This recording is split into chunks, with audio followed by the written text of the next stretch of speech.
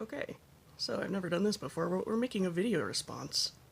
So I watched Sally Pointer's very nice, very interesting video about making a Bronze Age piled hat.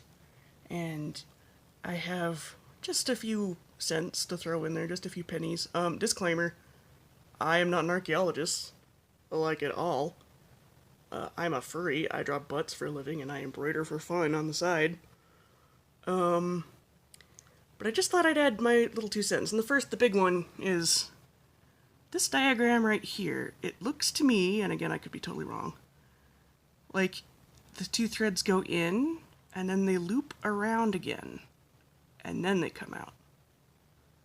So I wanted to see if that would help secure the, whatever these would be called, in there.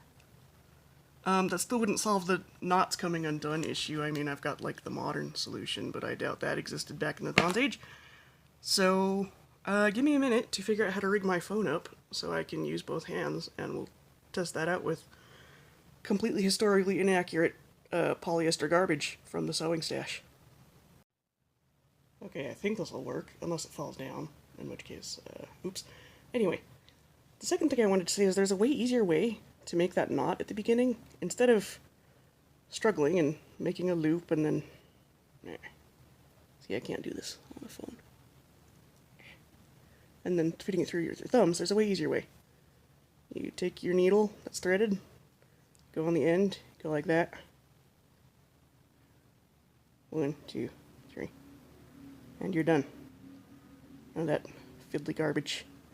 Except my needle's too big.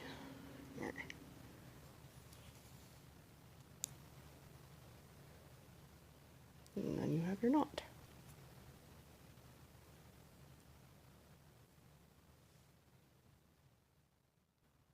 Alright, I got my threads. They've got their 2 knots in them, respectively.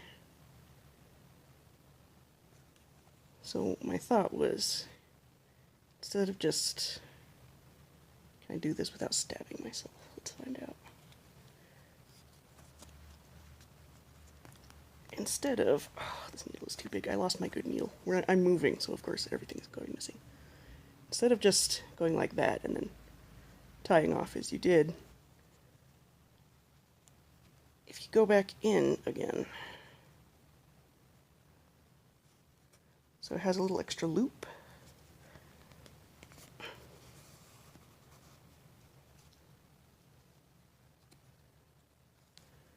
I think that would maybe help secure these and keep them from pulling out. Again, not an archaeologist, just my thoughts as a crafty person.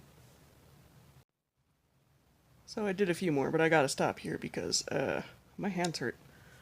Again, this is probably not worth anything because it's cheap garbage polyester, and as my knots are staying put quite nicely, because as anybody who embroiders for more than 5 seconds will know, cheap polyester thread will snarl if you so much as look at it funny, hence the horrors beyond imagining that live in the bottom of the embroidery bag. Ooh, we won't even look at them. Final thoughts. Wow, that would take forever, and oh, the poor people who made these things? Their fingers must have been mincemeat by the end. Oh, and having multiple needles would almost certainly make this go faster. But, again, my needles all ran away. Anyway, there's my 2 pennies worth of thought on that. I very much enjoy your videos, and I wish you the best of luck with your future hat endeavors.